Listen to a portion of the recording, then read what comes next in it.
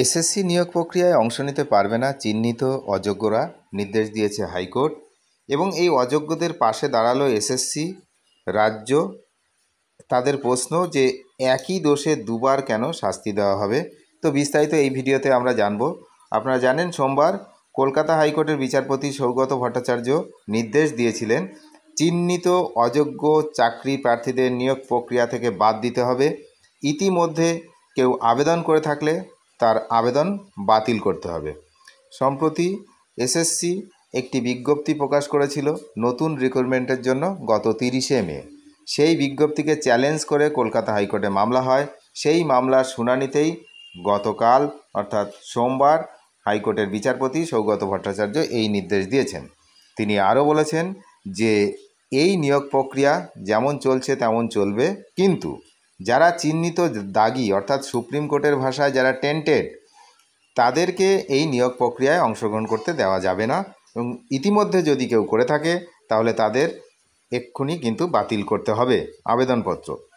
তারপর রাজ্যের আইনজীবী, আপনারা জানেন যে কল্যাণ বন্দ্যোপাধ্যায়, তিনি কিন্তু অযোগ্যদের পাশে দাঁড়িয়েছেন এবং দাঁড়িয়ে স্পষ্ট জানিয়েছেন এবং জিজ্ঞাসা করেছেন বা ওখানে সওয়াল করেছেন, সুপ্রিম কোর্ট কোথাও বলেনি যে নির্দিষ্টভাবে চিহ্নিত অযোগ্যরা নতুন নিয়োগ প্রক্রিয়ায় অংশ নিতে পারবে না। সুপ্রিম কোর্টের নির্দেশ অনুযায়ী নির্দিষ্টভাবে চিহ্নিত অযোগ্যরা বয়সজনিত ছাড় পাবে না। এইগুলো কিন্তু তিনি বলেছেন যে এইগুলো কিন্তু সুপ্রিম কোর্ট বলেনি। যদিও যদি নির্দিষ্টভাবে চিহ্নিত অযোগ্যরা নতুন নিয়োগ প্রক্রিয়ায় অংশ নিতে না পারেন, তাহলে 2016 সালের নিয়োগ প্রক্রিয়ায় অংশ নেওয়া অসফল চাকরি প্রার্থীরাও অংশ নিতে পারবে না। এইখানে কিন্তু সবার মনে একটা জিনিস ক্লিয়ার হচ্ছে যে অযোগ্যদেরকে বাঁচানোর জন্য কিভাবে লড়াই চালিয়ে যাচ্ছে এখনও রাজ্য এবং এসএসসি। প্রথম কথা হচ্ছে, যারা অসফল হয়েছে তাদের সঙ্গে যারা টেন্টেড তাদের সম্পর্ক কি, এই সম্পর্কটা কিভাবে আনলেন সেটা হাইকোর্টে, সেটা কিন্তু আমরা অতটা ক্লিয়ার বুঝতে পারলাম না। শুধু এইটুকুই বুঝতে পারলাম যে এখানে একটা গভীর ষড়যন্ত্র আছে। তার কারণ যারা অসফল হয়েছিলেন তারা তো আর কাউকে টাকা দেয়নি বা কিছু করে চাকরি নেয়নি। তো তাদের সঙ্গে যারা টেন্টেড, যারা দাগি, তাদেরকে গুলিয়ে দেওয়া তো কোনো ব্যাপারই হচ্ছে না, মানে কোনো এই নেই, কোনো এখতিয়ার নেই কারোর।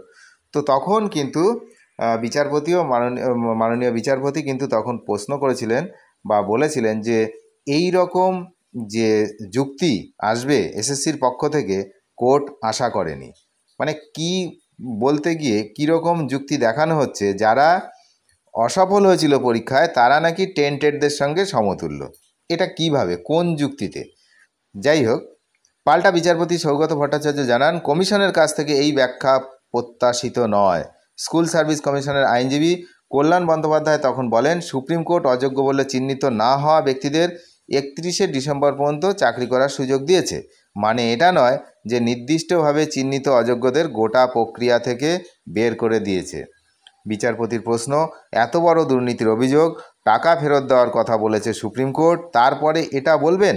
কল্যাণের সওয়াল, এখনও তদন্ত শেষ হয়নি, কিছু প্রমাণ হয়েছে, কারো দোষ প্রমাণ হয়েছে, কোন আইনে এদের আটকানো হবে? এটা হচ্ছে কল্যাণবাবুর বক্তব্য। তো বিচারপতির মন্তব্য, যে ধরনের পর্যবেক্ষণ সুপ্রিম কোর্ট করেছে সেটা তো চাকরি খারিজ করার থেকেও ভয়ঙ্কর। দুর্নীতির জন্য চাকরি বাতিল করা হয়েছে, পূর্ব অভিজ্ঞতার জন্য 10 নম্বর দেওয়া হবে। সুপ্রিম কোর্টের নির্দেশে নির্দিষ্টভাবে চিহ্নিত অযোগ্যরা চাকরি হারালেন, তারা অভিজ্ঞতার জন্য নম্বর পাবেন। কমিশনের সওয়াল, একবার এই ব্যক্তিদের চাকরি বাতিল করা হয়েছে, বেতন ফেরতের কথা বলা হয়েছে, এখন যদি আবার নিয়োগে অংশ নিতে না দেওয়া হয় তাহলে তাদের একই অপরাধের জন্য দুবার শাস্তি দেওয়া হবে। রাজ্যের তরফে বলা হয়, সুপ্রিম কোর্ট কোথাও বলেনি যে নির্দিষ্টভাবে চিহ্নিত অযোগ্যরা ভবিষ্যতে কোনো নিয়োগে অংশ নিতে পারবে না, আর তাদের শিক্ষকতার অভিজ্ঞতাও কেড়ে নেওয়া হয়নি। সওয়াল জবাব শোনার পর বিচারপতি কিন্তু নির্দেশ দিয়েছেন যে সুপ্রিম কোর্টের নির্দেশ মতো নিয়োগ প্রক্রিয়া থেকে চিহ্নিত অযোগ্যদের বাদ দিতেই হবে।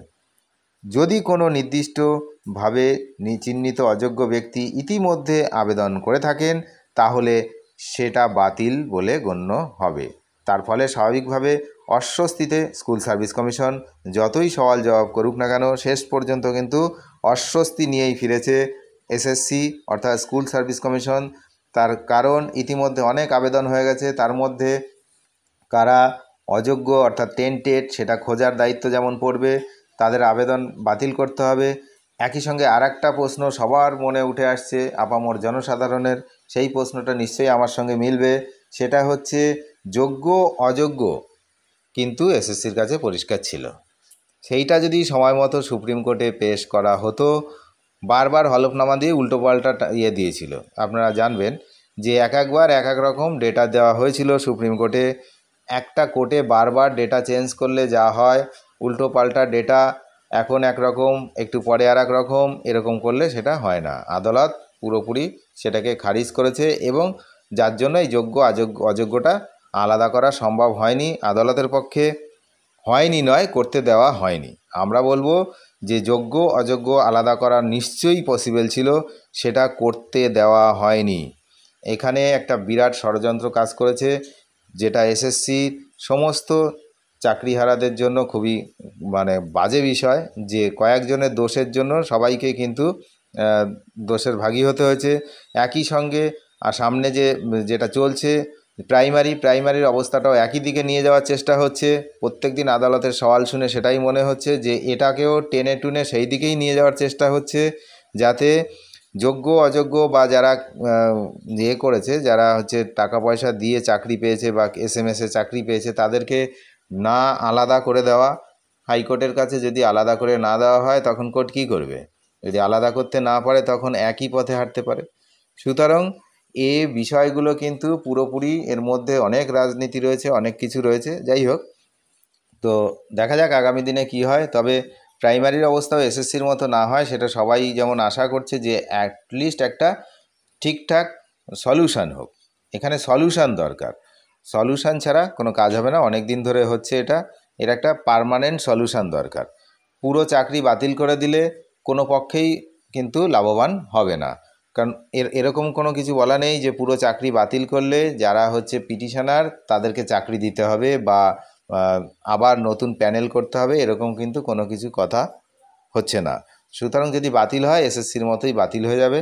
আর যদি যোগ্য এবং অযোগ্য, অর্থাৎ এক্ষেত্রে যোগ্য অযোগ্য মানে যারা ঘুষ দিয়ে চাকরি পেয়েছে বা যাই হোক, তো সেটা যদি আলাদা করা সম্ভব হয়, তাহলে কিন্তু সব পক্ষেরই মঙ্গল। অনেক ধন্যবাদ শেষ পর্যন্ত দেখার জন্য। চ্যানেলে নতুন হলে অবশ্যই চ্যানেলটিকে সাবস্ক্রাইব করে সঙ্গে থাকবেন। Thank you.